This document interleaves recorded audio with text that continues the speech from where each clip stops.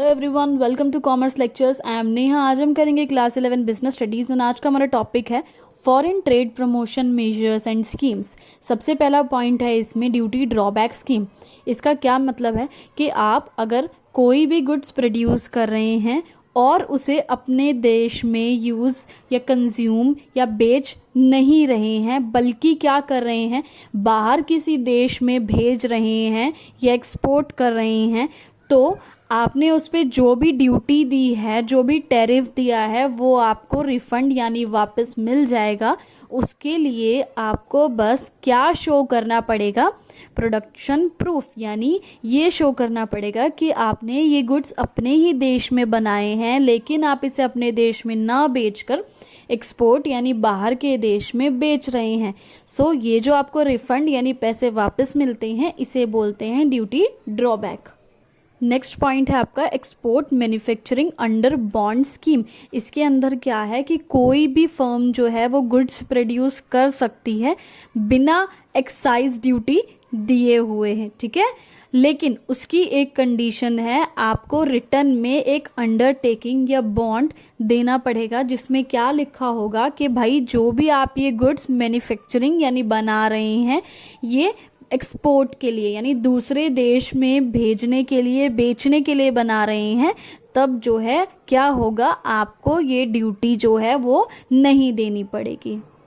Next point है exemption from payment of sales tax. यानी अगर कोई भी फर्म गुड्स प्रोड्यूस कर रही है लेकिन उसका एक्सपोर्ट कर रही है यानी बाहर किसी दूसरे देश में बेच रही है वो गुड्स, तो उससे उसको जितनी भी इनकम या अर्निंग्स हुई है उस पर इनकम टैक्स या सेल्स टैक्स नहीं लगेगा, ठीक है।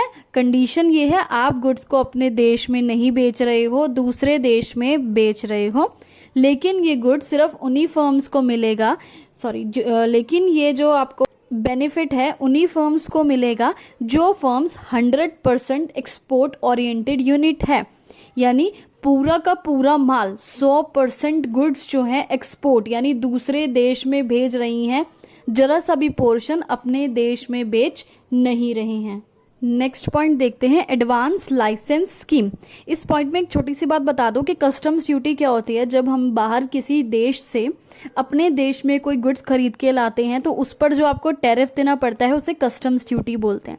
तो ये पॉइंट क्या बोल रहा है कि आप एक एक्सपोर्टर हैं यानी बाहर किसी दूसरे देश को सामान बेच रहे हैं, लेकिन आपने क्या किया है, उस सामान को बनाने के लिए, उस सामान की मैन्युफैक्चरिंग के लिए आपने गुड्स इंपोर्ट करे हैं, किसी दूसरे देश से गुड्स मंगवाए हैं, तो आपको कस्टम्स ड्यूटी नहीं देनी है। क्यों नहीं देनी है? क्योंकि इन गुड्स से जो कि आपने बाहर देश से मंगवाए हैं उसको अपनी कंट्री के लिए यूज़ नहीं कर रहे हैं, बल्कि आप किस लिए यूज़ कर रहे हैं कि इन गुड्स से जो भी प्रोडक्ट बनेगा उसको मैं एक्सपोर्ट करूँगा, ठीक है। इसलिए आपको कस्टम्स ड्यूटी नहीं देनी पड़ेगी।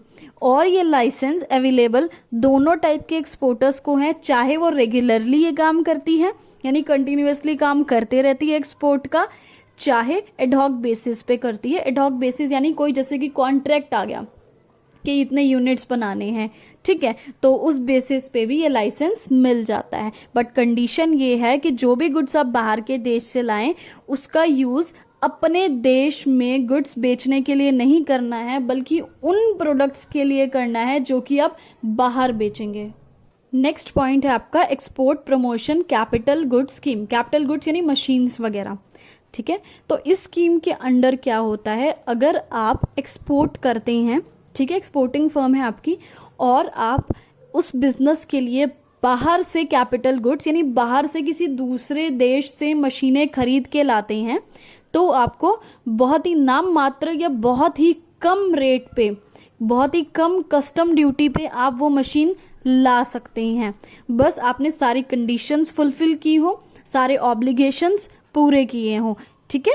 ये स्कीम किन लोगों के लिए फ़ायदेमंद है?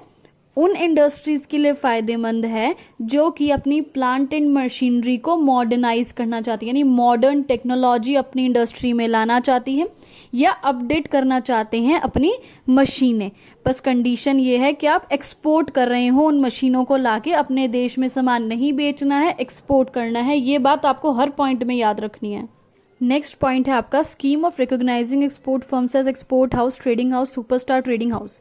ये पॉइंट क्या कह रहा है, देखो कोई भी एक्सपोर्टर को ये स्टेटस दिया जा सकता है कि भाई तुम ट्रेडिंग हाउस हो, तुम एक्सपोर्ट हाउस हो, या तुम स्टार ट्रेडिंग हाउस हो। इसे कौन देता है ये स्टेटस? गवर्नमेंट देती है एक्सपोर्ट फर्म्स को। कब देती है एक्सपोर्ट फर्म्स को ये स्टेटस? अगर कोई भी फर्म जो है एक एवरेज एक्सपोर्ट परफॉर्मेंस फिक्स कर रखी है कि भाई ये अगर आप इस तरह से इतना परफॉर्म करते हो तो आपको ये स्टेटस दे दिया जाएगा, ठीक है। या फिर आप सारी कंडीशंस फुलफिल करते हो इंपोर्ट एक्सपोर्ट पॉलिसी की, दोनों कंडीशन अगर आप पूरी करते हो तो आपको इन तीनों में से कोई भी एक स्टेटस दे दिया जाएगा। और ये क्यों किया जाता है? ताकि जो और स्टैब्लिश्ड एक्सपोर्टर्स है, बड़े बड़े एक्सपोर्टर्स है, वो निकल के आए और साथ में अपने देश के जो एक्सपोर्टर हैं उनका प्रोडक्ट जो है वो इंटरनेशनल मार्केट तक पहुंचे, बाहर के और देशों तक पहुंचे, इसलिए गवर्नमेंट ऐसा करती है। नेक्स्ट पॉइंट है एक्सपोर्ट ऑफ सर्विसेज, यानी to boost the export of services. Services का एक्सपोर्ट और बढ़े, यानी हम बाहर के देशों में गुड्स ही नहीं अपनी सर्विसेज भी बेचें, उसके लिए भी गवर्नमेंट ने काफ़ी चीज़ें करी है। जैसे कि उन सबको 3 चीज़ों में रेफर किया गया है। या तो उनको स्टेटस दिया जाएगा service export house, international service export house, international star service export house, मतलब उनकी परफॉर्मेंस के अकॉर्डिंग कि ये पर्टिकुलर एक्सपोर्ट फर्म किस तरह से परफॉर्म करती है उसके अकॉर्डिंग उनको ये स्टेटस दिए जाएंगे। जैसे गुड्स के केस में ये वाला स्टेटस था, सर्विसेज के केस में ये स्टेटस दिए जाएंगे। नेक्स्ट पॉइंट है एक्सपोर्ट फाइनेंस, यानी एक्सपोर्ट करने के लिए हमें फाइनेंस यानी पैसे की जरूरत भी पड़ती है। तो फाइनेंस किस चीज़ के लिए पड़ती है? Manufacturing of goods. अब गुड्स को बनाने के लिए पैसे की जरूरत तो पड़ती है। तो 2 टाइप के एक्सपोर्ट फाइनेंस होते हैं। कौन कौन से होते हैं? सबसे पहला है प्री शिपमेंट फाइनेंस। प्री मतलब होता है पहले, शिपमेंट यानी गुड्स भेजने से पहले जो है हमें पैसे की जरूरत क्यों पड़ती है। जैसे कि हमें रॉ मटेरियल वगैरह परचेज करना है, हमें कुछ प्रोसेसिंग का काम करना है, कुछ मैन्युफैक्चरिंग का काम करना है या पैकेजिंग का काम करना है, इन सब चीज़ों की अगर हमें ज़रूरत पड़ती है तो वो होता है प्री शिपमेंट फाइनेंस। अब है पोस्ट शिपमेंट फाइनेंस। पोस्ट मतलब होता है बाद में, यानी गुड्स हमने भेज दिए हैं उसके बाद भी हमें पैसों की ज़रूरत पड़ सकती है। क्यों? This finance is needed after the shipment of goods, यानी गुड्स हम भेज चुके हैं उसके बाद हमें पैसों की ज़रूरत पड़ रही है। क्यों पड़ रही है? Because it may take some time to receive payment from importers. ऐसा नहीं होता है कि हमने यहाँ से गुड्स भेजे और तुरंत ही 1 घंटे में गुड्स पहुँच गए। थोड़ा सा टाइम लगता है गुड्स पहुँचने में, और गुड्स पहुँच भी जाते हैं तो इम्पोर्टर से पेमेंट आने में भी हमें टाइम लगता है, तो उसके बीच में हमें कुछ पैसों की ज़रूरत पड़ सकती है, तो उसे बोलते हैं post shipment finance. Next point है एक्सपोर्ट प्रोसेसिंग जोन्स। ये ज़्यादातर कहाँ होती है? सी पोर्ट्स के पास होती हैं या एयरपोर्ट्स के पास होती हैं। और इनका क्या मेन इंटेंशन होता है कि ड्यूटी फ्री एनवायरनमेंट प्रोवाइड किया जाए, यानी जो फर्म्स एक्सपोर्ट करती हैं उनको न के बराबर या लो कॉस्ट पे या फ्री में जो है एक्सपोर्ट ड्यूटी न देनी पड़े, ऐसा एनवायरनमेंट प्रोवाइड कराई जाती है। आगे क्या लिखा है इसमें कि ये क्या कोशिश करती हैं, जो EPZ हैं इनके जो भी प्रोडक्ट्स हों वो कॉम्पिटिटिव हों, ठीक है, इंटरनेशनल लेवल पे, यानी बाकी सब देशों के मुकाबले कॉम्पिटिटिव प्रोडक्ट हो, क्वालिटी वाइज, यानी क्वालिटी तो अच्छी हो ही हो, साथ में प्राइस भी देखते हैं कि प्राइस भी कम से कम हो ताकि आसानी से प्रोडक्ट बिक सके। लेकिन आजकल क्या हुआ है, EPZs जो हैं ये इनको कन्वर्ट कर दिया गया है स्पेशल इकोनॉमिक्स जोन्स में, ठीक है। ये क्या चीज़ है special economic zone? Advanced form of EPZ, इसी के एडवांस्ड फॉर्म है, इनको थोड़ा सा और अपडेट बोल सकते हैं कर दिया गया है। लास्ट पॉइंट है 100% एक्सपोर्ट ओरिएंटेड यूनिट्स, ठीक है। इसमें क्या है, ये क्यों स्टैब्लिश की गई हैं? ताकि जो भी एक्सपोर्ट फर्म्स हैं उनकी प्रोडक्शन कैपेसिटी और बढ़ाई जा सके, यानी जो वो एक्सपोर्ट कर रही हैं और ज़्यादा प्रोडक्शन करें और ज़्यादा एक्सपोर्ट करें। इसके लिए गवर्नमेंट इनको किस चीज़ में हेल्प करती है? एप्रोप्रिएटेड पॉलिसी फ्रेमवर्क, यानी पॉलिसीज़ इनकी बनाने में हेल्प करती है। फ्लेक्सिबिलिटी ऑफ ऑपरेशंस, यानी ऑपरेशन यानी जो उनका डे टू डे वर्किंग है उसमें इनको फ्लेक्सिबिलिटी यानी फ्रीडम देती है कि जैसे मर्जी तुम डिसीजंस लो। इंसेंटिव्स देती है कि भाई और एक्सपोर्ट करो, आपको और इंसेंटिव्स और फायदे देंगे हम, ठीक है। और जब इनका सेटअप किया जाता है इनको लोकेशन की भी काफ़ी ऑप्शंस दी जाती है।